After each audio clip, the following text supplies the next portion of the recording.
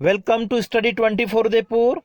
आज के इस वीडियो में हम यूजीसी नेट 2020 जून 2020 का जो एग्जाम है वो आपके हुआ था सितंबर 2020 में। तो इसमें टोटल जो 100 मल्टीपल चॉइस क्वेश्चन है उसमें से आज के इस वीडियो में हम 25 मल्टीपल चॉइस क्वेश्चंस को सोल्व करेंगे। इस पूरे पेपर को जिसमें 100 मल्टीपल चॉइस क्वेश्चन है इसे हम 4 वीडियो में पूरा करेंगे। तो आज हमारा ये फर्स्ट वीडियो है जिसमें हम 25 मल्टीपल चॉइस क्वेश्चंस को सोल्व करने वाले हैं। सबसे पहला देखिए, अधिगम वक्र लर्निंग कर्व जो होता है वो दीर्घावधि औसत लागत वक्र long run average cost curve के साथ में संबंधित होता है। बिल्कुल सही कथन है ये हमारा स्टेटमेंट। और दूसरा, आपस में परिवर्तित स्वेप्ड आवंटन स्वेप्ड एलोकेशन जो होता है ऐसा आवंटन है जो परेटो सक्षम, ठीक है, परेटो इफिशिएंट जो होता है होने के साथ साथ में इक्विटेबल एलोकेशन भी होता है, साम्य आवंटन भी होता है। तो ये दोनों कथन बिल्कुल सही हैं। तो करेक्ट आंसर हमारा हो जाएगा ऑप्शन ए। नेक्स्ट देखिए, इसमें हमको सूची 1 को सूची 2 के साथ में सुमेलित करना है। और ऐसे क्वेश्चंस जो आते हैं उनमें से यदि आपको कभी कभी एक दो सूची को आपस में मिलाना अगर नहीं आता है, अगर उनमें से दो भी आप अगर कर सकते हो तो कभी कभी हमारा क्वेश्चन जो है वो सही हो जाएगा। तो यहाँ पे देखिए, इसमें हमारा है कि बाह्य कारकों से निपटने में निजी बाजार की जो प्रभाविता होती हैं, ठीक है, कोष प्रमेय के साथ में संबंधित ही है। तो सबसे पहला आना चाहिए हमारा 3। उसके बाद में कर आकार में वृद्धि और कर राजस्व के बीच में संबंध को कौन दर्शाता है? लेफर कर्व दर्शाता है। फिर आपका आना चाहिए 1। फिर प्रबल रणनीति डोमिनेंट स्ट्रेटेजी जो होती है वो गेम थ्योरी के साथ में संबंधित है। तो फिर आना चाहिए 4। और उसके बाद में लास्ट आपका बचा हुआ वो क्या हो जाएगा? 2। तो 3 1 4 2 करेक्ट आंसर आपका ऑप्शन ए होगा।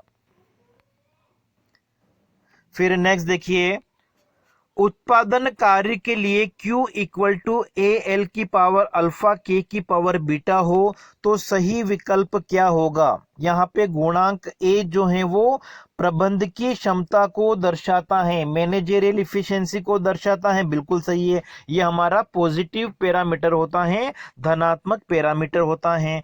फिर अल्फा प्लस बीटा 1 है तो इंक्रीजिंग रिटर्न वृद्धिकारी प्रतिफलों को प्रदर्शित करेगा, ये भी बिल्कुल सही है। फिर उसके बाद में के लिए एल के तकनीकी प्रतिस्थापन की सीमांत दर, ठीक है, बीटा के अल्फा एल के द्वारा प्रदर्शित करेंगे, ये नहीं। और पूंजी की सीमांत उत्पादन को बीटा क्यू बाई के से प्रदर्शित करते हैं। यहाँ पे आपका पहला, दूसरा और चौथा कथन जो है वो सही है। तो करेक्ट आंसर आपका ऑप्शन बी होगा। नेक्स्ट हमारा एसिमेट्रिक इंफॉर्मेशन से संबंधित है। बाजार में असममितीय सूचना की उपस्थिति से निम्नलिखित होता है। एडवर्स सिलेक्शन, नकारात्मक चयन होता है, बिल्कुल सही है। असममित सूचना से दो कंडीशन होती हैं जिसमें से एक आपका क्या है? एडवर्स सिलेक्शन है, नकारात्मक चयन होता है।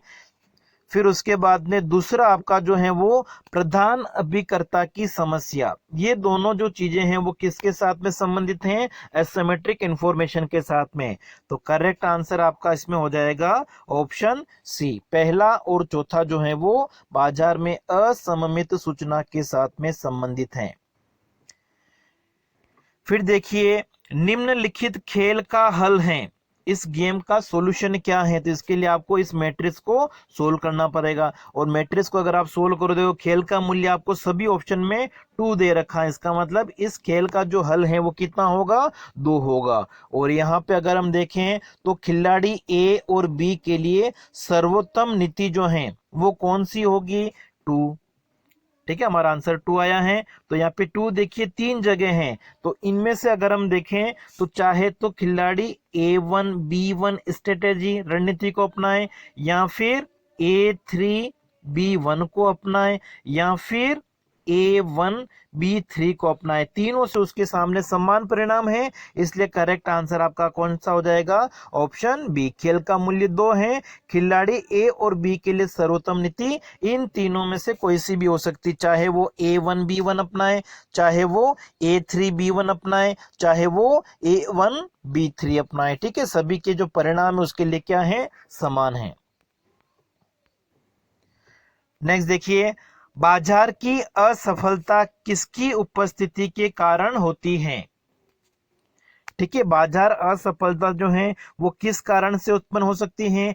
एक्सटर्नलिटीज के कारण। ठीक है, जो बाहिताएं होती है उनके कारण हो सकती हैं, मार्केट फोर्सेस, बाजार शक्ति, डिमांड और सप्लाई, इनकी वजह से हो सकती हैं, और प्राइवेट गुड्स, निजी वस्तुओं की वजह से हो सकती हैं। तो यहाँ पे अगर हम देखें तो करेक्ट आंसर आपका हो जाएगा ऑप्शन सी।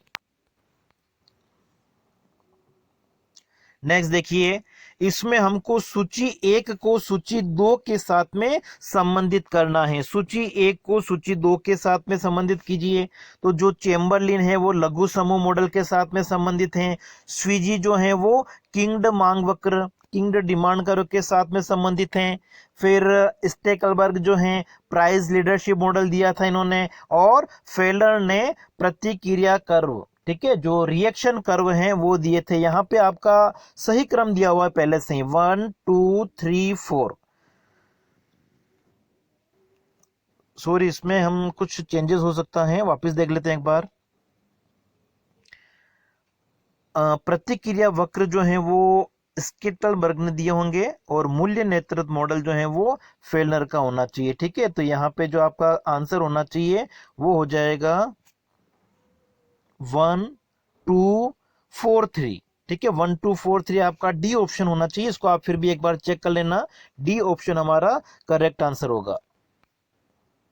अगला देखिए, अधिकतम सामाजिक कल्याण, मैक्सिमम सोशल वेलफेयर की गारंटी होती है जहां पे प्रतिस्पर्धी कंपनी निम्नलिखित शर्तों को प्रदर्शित करती हैं। तो देखिए, एमआरपीटी आपको चारों में दे रखा है। तो एमआरपीटी जो है वो वस्तुओं की कीमतों के अनुपात के बराबर होना चाहिए, और सीमांत लागत जो होती है MC(x) अपॉन MC(y) इनके भी बराबर होना चाहिए। तो यहाँ पे अगर हम करेक्ट आंसर देखिए वो क्या हो सकता है? ऑप्शन ए होना चाहिए। अधिकतम सामाजिक कल्याण की स्थिति में एमआरपीटी PX अपॉन PY और MC(x) अपॉन MC(y) ये क्या होंगे? बराबर होंगे। अगला देखिए, नीचे दो कथन दिए गए हैं, एक को अभिकथन 1 और दूसरे को तर्क कहा गया है। यहाँ पे देखिए, जो हमारा अभिकथन है वो क्या है? किसी संकुचन वक्र, जो कॉन्ट्रैक्ट कर्व होता है, के कतिपय बिंदु की तुलना में संकुचन वक्र के ऊपर का बिंदु जो होता है वो अधिक फलोत्पादक होता है, नहीं, एक ही वक्र पर समान होगा। तो ये कथन हमको गलत लग रहा है। और फिर उसके बाद में देखें, दूसरा जो हमको तर्क दे रखा है वो क्या है? संकुचन वक्र बिंदुओं के बिंदु पथ को निरूपित करता है जहां दो वस्तुओं के बीच प्रतिस्थापन की सीमांत दर दोनों व्यक्तियों के लिए समान है। ये बिल्कुल सही है, मतलब हमारा जो ए है वो गलत है और आर क्या है? सही है। करेक्ट आंसर ऑप्शन ए होगा। फिर नेक्स्ट देखिए, श्रम मांग वक्र में वामावर्ती, ठीक है, वामावर्ती का मतलब हो गया कि जो श्रम का मांग वक्र है वो बैकवर्ड, बाईं ओर अगर विचलित होता है, शिफ्ट होता है, तो किसके कारण हो सकता है? ये आपका श्रम का मांग वक्र है, एमआरपी वक्र, और अगर ये बैकवर्ड बाईं ओर शिफ्ट होता है, इसका मतलब क्या हो गया? श्रम की जो सीमांत उत्पादकता है, मार्जिनल प्रोडक्टिविटी ऑफ लेबर, ये एक तरह से क्या हो गई है? कम हो गई है। तो करेक्ट आंसर ऑप्शन डी। फिर नेक्स्ट देखिए, मेट्रो सवारी की मांग की तिरछी लॉस 0.8 है और प्रतिदिन कुल सवारी 1.5 लाख है। यदि बस सवारी की कीमत 5% बढ़ती है तो मेट्रो की कुल सवारी में कितना अंतर आएगा? यहाँ पे आपको मांग की आड़ी लोच दी हुई है। तो यहाँ पे देखिए, आड़ी लोच मापने का जो हमारा फॉर्मूला होता है, ठीक है, हम इस फॉर्मूले से माप सकते हैं, delta Q upon delta P multiply by P upon Q और इलास्टिसिटी। ठीक है। अगर आपको यहाँ पे चेंज कितना हमारा डेल्टा क्यू निकालना है, तो डेल्टा क्यू निकालने के लिए आप क्या करोगे, यहाँ पे 0.8 को मल्टीप्लाई कर दीजिए। देखिए इसमें 5% का चेंज हुआ है, 0.05 मल्टीप्लाई बाय 1.5 लाख, यहाँ पे 15000। इसको आप सोल्व करना, आपके पास में आंसर आ जाएगा। कितना आ जाएगा, 6000 आना चाहिए। ठीक है, 15 इंटू 5 किया और फिर ये 8, हाँ तो 6000 आपका आंसर हो जाएगा। अगला देखिए, निरपेक्ष आय की संकल्पना जो है वो किसकी व्याख्या करती हैं। एब्सोल्यूट इनकम हाइपोथेसिस जो है वो कंज्यूमर उपभोक्ता व्यवहार की व्याख्या करती है कि जैसे जैसे आय बढ़ती है तो आय बढ़ने के साथ साथ में लोगों का उपभोग भी बढ़ेगा, लेकिन आय की तुलना में उपभोग जो होता है वो थोड़ी कम गति से बढ़ता है। नेक्स्ट देखिए, व्यक्तियों द्वारा मुद्रा धारिता होल्डिंग मनी को हम कौन सी लागत कहते हैं। व्यक्ति अपने पास में मुद्रा को अगर नकद रूप में रखता है तो नकद रूप में रखता है, इसका मतलब उसको क्या होता है, बचत से होने वाला जो ब्याज उसको मिलने वाला है उसकी हानि हो सकती है। फिर वो अगर मुद्रा को अपने पास में रखता है तो दूसरी संपत्तियों को नहीं रख पाएगा, तो उससे जो प्रतिफल होता है उसको छोड़ना पड़ता है। और फिर अगर वो मुद्रा को अपने पास में बचा के रखता है तो वस्तु एवं सेवाओं को खरीदने से उसको जो उपयोगिता मिलती है वो नहीं मिल पाती है। तो करेक्ट आंसर आपका यहाँ पे ऑप्शन 2, 3, 4 होना चाहिए। अगला देखिए, निम्नलिखित को काल क्रमानुसार व्यवस्थित कीजिए। तो यहां पर अगर हम देखें, सबसे पहले प्रतिष्ठित जो क्लासिकल थ्योरीज वो आई थी, शास्त्रीय अर्थशास्त्र जिसको हम कह सकते हैं, सबसे पहला आया था। उसके बाद में आपका आया था केन्जी अर्थशास्त्र आया था। देखो 1776 से आपका शास्त्रीय अर्थशास्त्र चल रहा है। उसके बाद में केन्जी आया था 1929 में, तो फिर आपका आना चाहिए 2। मुद्रावाद आया था 1960 के आसपास, समझ लीजिए 1950 के दशक में, तो ये आपका हो जाएगा 3।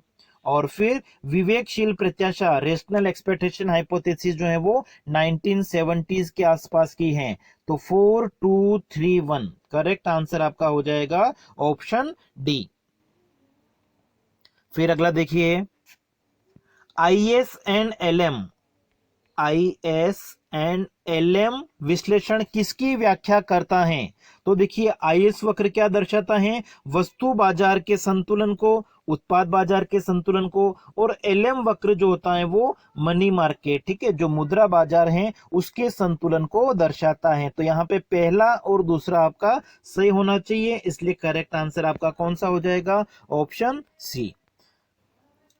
फिर अगला देखिए, राष्ट्रीय आय की गणना में निम्नलिखित स्थितियों में से कौन सा आर्थिक निवेश है। जब नेशनल इनकम काउंटिंग की जाती है, एस्टिमेट की जाती है, तो इनमें से कौन सा इकोनॉमिक इन्वेस्टमेंट, मतलब जिसको राष्ट्रीय आय में शामिल किया जाएगा। स्वयं के रहने हेतु एक निर्मित भवन की खरीद, फिर उसके बाद में नए शेयर की खरीद, पुस्तकों को गंतव्य स्थान पर पहुंचाने के लिए एक पुस्तक प्रकाशन द्वारा एक नई कार की खरीद, ये मध्यवर्ती वस्तु होगी। नए शेयरों की खरीद को हम शामिल नहीं करेंगे।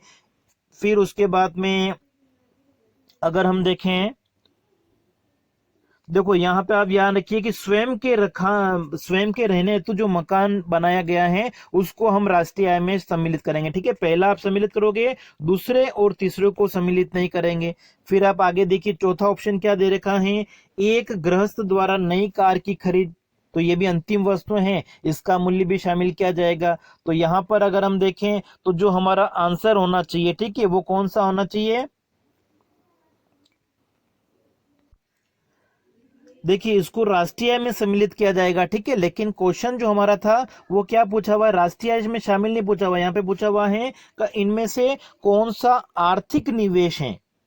तो आर्थिक निवेश आपका हो जाएगा कि जो स्वयं के रहने हेतु भवन बनाया गया है, भवन को खरीदा गया है, इसको भी हम आर्थिक निवेश की श्रेणी में सम्मिलित करेंगे। और फिर जो पुस्तक हैं उनको गंतव्य स्थान पर पहुंचाने के लिए एक पुस्तक प्रकाशक द्वारा एक नई कार को खरीदा गया है, राष्ट्रीय आय में सम्मिलित नहीं किया जाएगा, लेकिन इसको हम क्या कहेंगे, निवेश कहेंगे। तो पहला और तीसरा आपका सही होना चाहिए, करेक्ट आंसर ऑप्शन डी होगा।